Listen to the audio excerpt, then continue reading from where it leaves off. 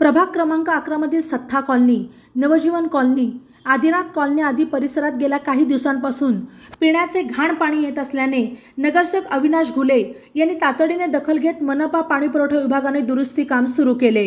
यावेळी इंजिनियर राहुल गीते उपस्थित होते। सत्था कॉलनी, नवजीवन कॉलनी, आदिनाथ कॉलनी आदी परिसरात गेल्या काही दिवसांमधून पिण्याच्या पाण्याच्या लाईनमधून घाण पाणी येत होते। याबाबत येथील नागरिकांनी अविनाश घुले यांना माहिती दिली। त्यांनी तातडीने मनपाच्या पाणीपुरवठा विभाग, आरोग्य विभाग यांच्याशी संपर्क साधून संबंधितांना सूचना दिल्या। त्यानंतर मनपाचे इंजिनियर राहुल गीते यांनी कर्मचाऱ्यांसह परिसरातील पिण्याची पाईपलाईन आणि ड्रेनेज लाईन कुठे लीक आहे, फॉल्ट कुठे आहे याची तपासणी करून दुरुस्तीचे काम हाती घेण्यात आले।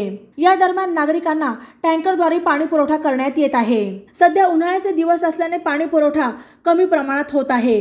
त्यात घाण पाणी येत असल्याने नागरिकांना मोठा मनस्ताप सहन करावा लागत होता। परंतु अविनाश घुले यांनी स्वतः उभे राहून हे काम करून घेतल्याने परिसरातील नागरिकांनी समाधान व्यक्त केले।